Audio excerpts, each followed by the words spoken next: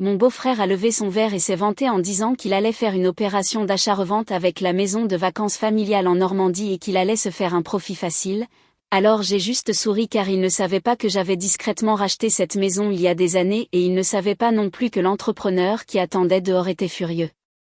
Je regardais mon beau-frère, Étienne, debout dans le salon de mon père, tenant une coupe de champagne comme s'il venait de conclure l'affaire du siècle. Quand j'ai réalisé qu'il allait vraiment le faire, il allait encore mentir à tout le monde devant toute la famille.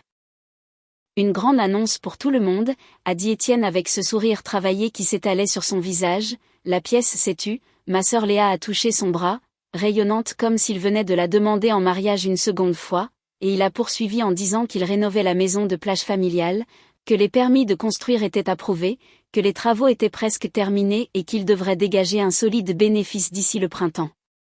La pièce a éclaté en applaudissements, mon père lui a tapé sur l'épaule, mon oncle Marc a levé son verre et mes cousins se sont pressés autour de lui pour poser des questions sur la surface en mètres carrés, les coûts des artisans et s'il avait conservé le parquet en chêne d'origine. J'ai siroté mon vin sans dire un mot parce que ce qu'il ne savait pas, et ce qu'Étienne ignorait apparemment que je savais, c'est que j'avais acheté cette maison de bord de mer il y a 5 ans, discrètement, sans annonce familiale ni message groupé, juste moi, un avocat spécialisé en immobilier nommé Maître David Chen, et les registres de la publicité foncière qui indiquaient clairement mon nom sur l'acte de propriété. Étienne ne l'avait jamais possédé, il mentait simplement comme il l'avait toujours fait, affirmant que la restauration de la terrasse en bois était la partie la plus coûteuse mais qu'il avait réussi à négocier le devis de l'entrepreneur de 23 000 à 18 000 euros. Ma cousine Justine s'est penchée pour demander si les volets étaient toujours bleus ou s'il les avait repeints, et Étienne a répondu avec assurance qu'il gardait le bleu car c'était le charme côtier classique que les acheteurs adorent, ce qui m'a presque fait rire puisque les volets étaient verts depuis 1987.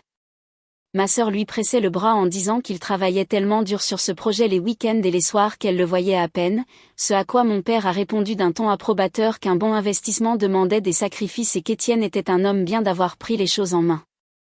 En réalité, c'est moi qui m'occupais de cet endroit, en le louant de façon saisonnière via une société de gestion immobilière, générant un revenu stable et discret tout en vivant ma vie à Paris, à 3 heures de là.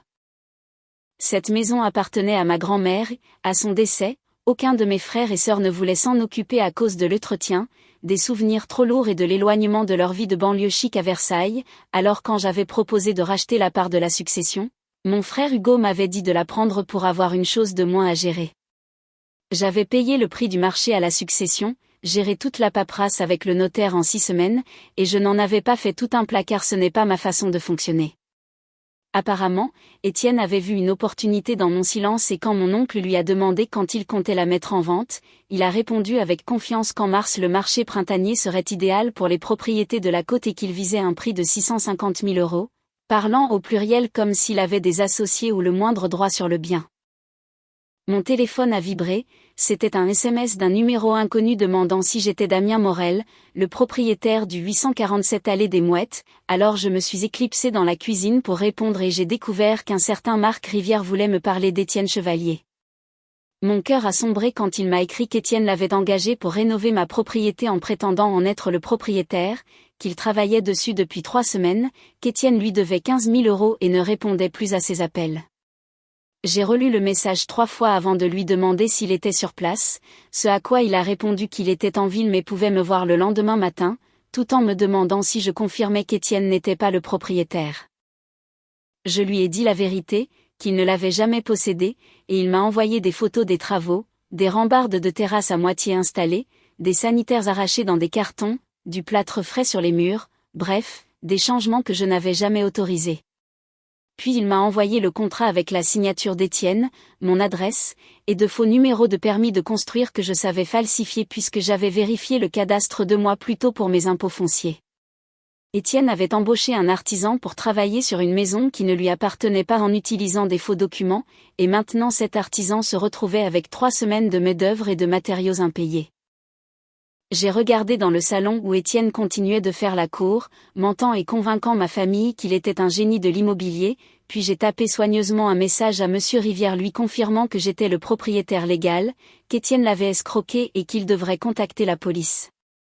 Marc Rivière était sous le choc, et je lui ai expliqué que même si j'étais désolée, je n'avais jamais autorisé ces travaux ni signé de contrat, ce qui constituait une fraude caractérisée. Il m'a demandé l'adresse d'Étienne pour la facture, qui se trouvait être à 20 minutes de là où nous étions, et je lui ai demandé de m'envoyer toutes les preuves par mail pour mon avocat. Je me suis senti mal pour ma sœur qui n'avait aucune idée qu'elle avait épousé un escroc, et pour ma famille qui avait toujours préféré Étienne parce qu'il était charmant alors que j'étais le fils silencieux, mais j'ai décidé de laisser les choses suivre leur cours légal. En retournant au salon, Étienne expliquait ses délais de rénovation à mon cousin Mathieu qui travaille dans l'immobilier commercial et aurait dû être plus méfiant, affirmant que la salle de bain était la clé et qu'il installait des prestations de luxe comme un sol chauffant dans une maison de plage utilisée 3 mois par an.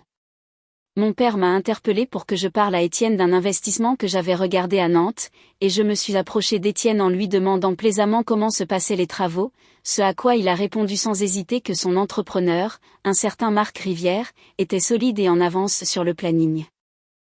J'ai souri en lui disant que c'était rare de trouver un bon artisan et ma sœur s'est jointe à nous en disant qu'il était trop modeste et qu'il avait été très stressé par les permis de construire et les normes.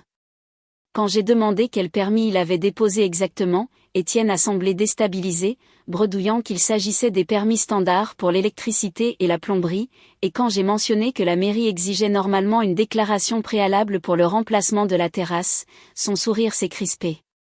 Ma sœur me regardait bizarrement, me demandant pourquoi je posais tant de questions, et j'ai juste répondu que l'immobilier m'intéressait, sachant qu'il ne connaissait de moi que l'image du Damien discret travaillant dans l'informatique, ignorant tout de mes revenus locatifs ou de mes connaissances en droit immobilier. Je suis allée aux toilettes pour appeler Maître Chen qui, malgré le samedi soir, a décroché et a sifflé d'étonnement quand je lui ai expliqué la situation de fraude criminelle, de faux permis et d'usurpation de propriété. Il m'a conseillé de porter plainte immédiatement et de tout documenter, soulignant que ce n'était plus une dispute familiale mais un délit grave, et quand j'ai exprimé mes doutes vis-à-vis de ma sœur, il m'a rappelé qu'Étienne commettait des crimes en utilisant mon nom. J'ai décidé de le laisser se pendre tout seul en continuant ses mensonges publics devant toute la famille jusqu'à ce que le moment soit venu de montrer qui il était vraiment, même si Maître Chen m'a averti que les affaires de famille devenaient souvent tragiques quand quelqu'un était aussi désespéré. De retour à la fête, j'ai vu Étienne montrer des photos, avant-après, qui provenaient en réalité d'une annonce immobilière pour une toute autre maison, prouvant que sa fraude était préméditée et élaborée.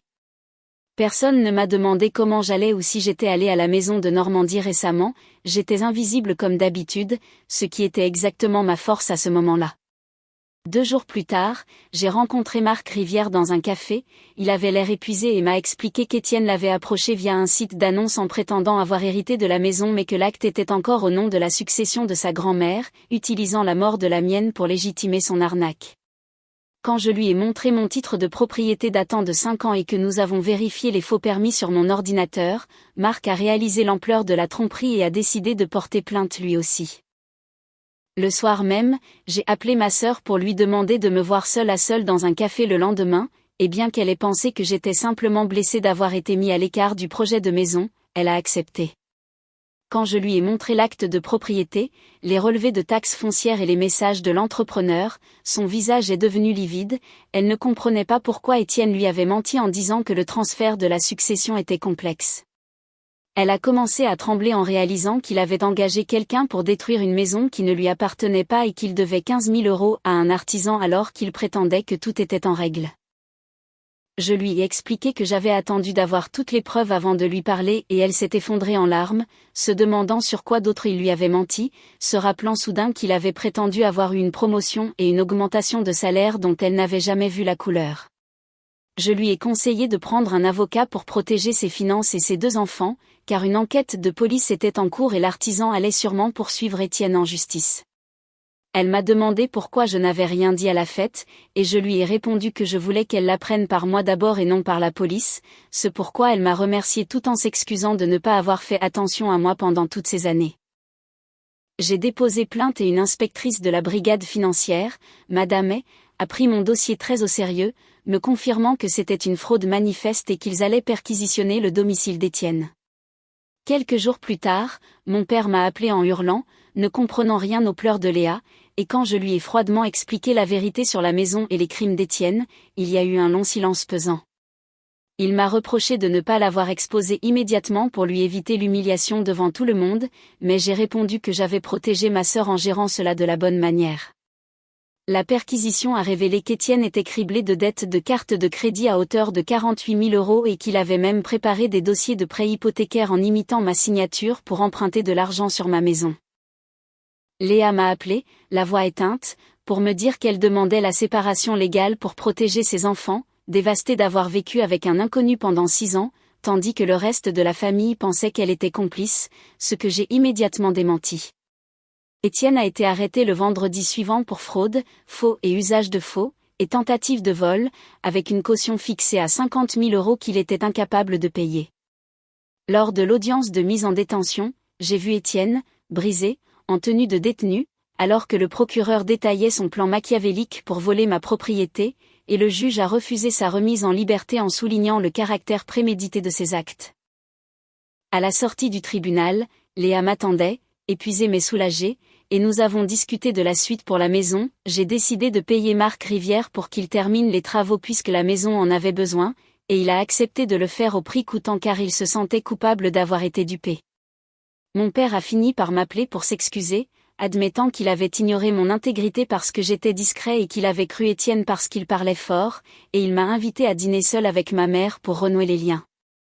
6 mois après la condamnation d'Étienne à 3 ans de prison ferme, je suis retournée à la maison de Normandie, désormais magnifique avec sa nouvelle terrasse et ses rénovations de qualité, et j'ai regardé le coucher de soleil sur l'Atlantique en recevant un message de Léa me disant que son divorce était finalisé et que les enfants allaient mieux. Étienne avait pensé que mon silence était une faiblesse et ma famille avait pris mon calme pour de l'absence, mais ils avaient tous eu tort, car j'avais protégé l'héritage de ma grand-mère avec patience et vérité. J'ai verrouillé la porte de ma maison, sachant que parfois, les victoires les plus silencieuses sont les plus éclatantes, et je suis rentrée chez moi, l'esprit enfin en paix. Les mois qui ont suivi le procès ont marqué un tournant définitif dans l'équilibre de notre famille, car une fois que le vernis d'Étienne a craqué, toute la structure de nos relations a dû être reconstruite sur des bases plus saines. Léa a fini par quitter leur maison de Versailles, un endroit qui transpirait les faux-semblants et les crédits à la consommation qu'elle n'avait jamais soupçonnés, pour s'installer dans un appartement plus modeste mais plus chaleureux près de chez nos parents. Un soir de novembre, alors que la pluie battait les vitres de mon appartement parisien, mon père m'a appelé pour m'annoncer qu'il avait enfin compris l'étendue des dégâts. Étienne n'avait pas seulement fraudé pour la maison, il avait aussi emprunté de l'argent à plusieurs amis de la famille en mon nom, prétendant que j'étais son associé secret. J'ai dû passer des semaines avec Maître Chêne pour envoyer des mises en demeure et clarifier ma situation auprès de personnes que je n'avais pas vues depuis des années, prouvant une fois de plus que le silence protège mais qu'il peut aussi être exploité par les prédateurs. Pendant ce temps, en prison, Étienne a tenté de m'envoyer des lettres, des mélanges pathétiques de menaces et de supplications, m'accusant d'avoir brisé sa famille par pure jalousie, mais je n'en ai ouvert aucune, les transmettant directement à l'inspectrice et pour son dossier de suivi. Le premier Noël sans lui a été étrange, presque trop calme, mais pour la première fois, ce n'était pas moi qui occupais le bout de la table sans que personne ne m'adresse la parole, au contraire, mes cousins et mon oncle Marc me demandaient conseil sur leurs propres investissements, réalisant que le « Damien discret » était en fait le seul d'entre nous qui avait les pieds sur terre. Au printemps suivant, j'ai organisé une pendaison de crémaillère officielle dans la maison de Normandie, non pas pour me vanter comme Étienne l'avait fait, mais pour honorer la mémoire de notre grand-mère et montrer à Léa que cet endroit resterait son refuge malgré les mensonges de son ex-mari. Marc Rivière, l'artisan, était présent en tant qu'invité d'honneur, car notre collaboration était devenue une véritable amitié professionnelle, et il a même commencé à s'occuper de l'entretien des propriétés de mon père. En voyant mes neveux courir sur la nouvelle terrasse en bois, celle-là même qu'Étienne avait utilisée comme appât pour son arnaque, j'ai ressenti une satisfaction profonde, non pas parce que j'avais gagné, mais parce que la vérité avait fini par purifier l'air vicié de nos réunions de famille. Léa s'est approchée de moi ce jour-là, un verre de cidre à la main, et m'a confié qu'elle avait enfin recommencé à dormir sans faire de cauchemars sur les dettes et les huissiers.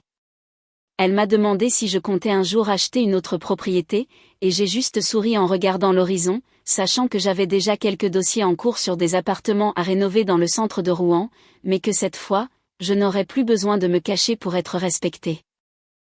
Notre père, qui nous observait de loin, est venu nous rejoindre et a posé une main sur mon épaule, Un geste simple qui valait tous les discours du monde, reconnaissant enfin que la force tranquille n'est pas une absence de caractère, mais une forme supérieure de contrôle.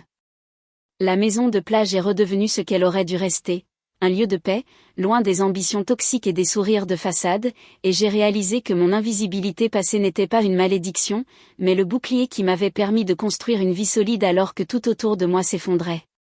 Aujourd'hui, quand je lève mon verre lors d'un dîner de famille, ce n'est pas pour faire une annonce fracassante ou pour écraser les autres sous mes succès, c'est simplement pour célébrer le fait que nous sommes ensemble, honnêtes et enfin libérés de l'ombre d'un homme qui pensait que tout s'achetait, même la vérité.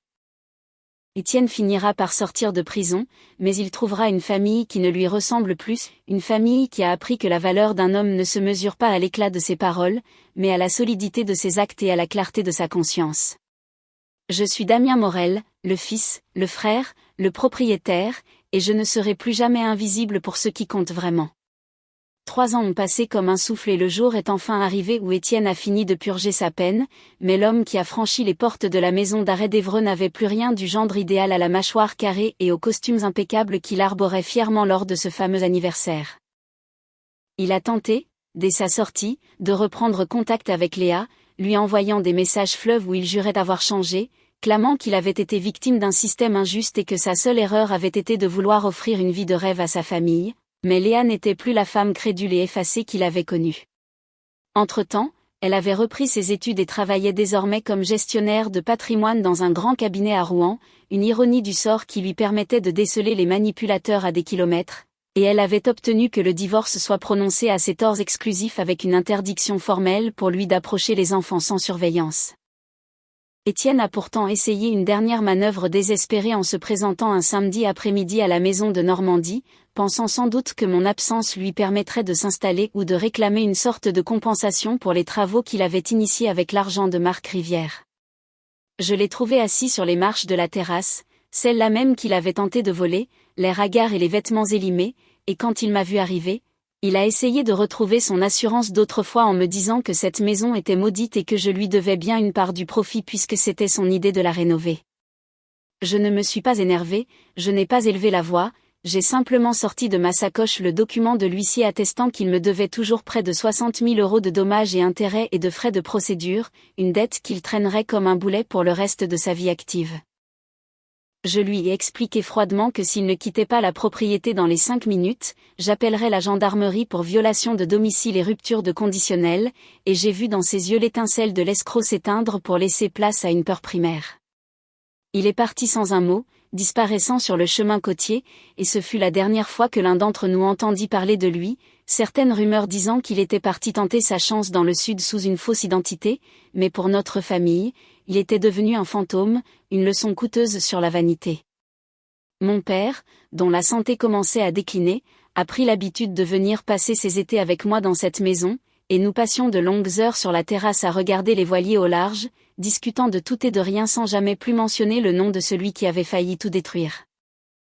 Lors de son dernier anniversaire, mon père a levé son verre, non pas pour se vanter ou faire une annonce fracassante, mais pour me remercier devant tout le monde d'avoir été le gardien de notre foyer et d'avoir eu le courage de faire ce qui était juste, même quand c'était douloureux. La maison de plage n'est plus seulement un investissement ou un souvenir de ma grand-mère, elle est devenue le symbole de notre résilience et la preuve que la vérité, aussi discrète soit-elle, finit toujours par l'emporter sur le mensonge le plus bruyant. Aujourd'hui, quand je marche sur le sable mouillé à marée basse, je me sens enfin chez moi, libre de toute ombre, sachant que j'ai protégé ceux que j'aime en restant fidèle à moi-même. Le silence n'est plus pour moi une cachette, c'est un luxe, celui de savoir que ma vie est bâtie sur du roc et non sur le sable mouvant des apparences, et c'est cette paix-là, profonde et inaltérable, qui est ma plus belle réussite.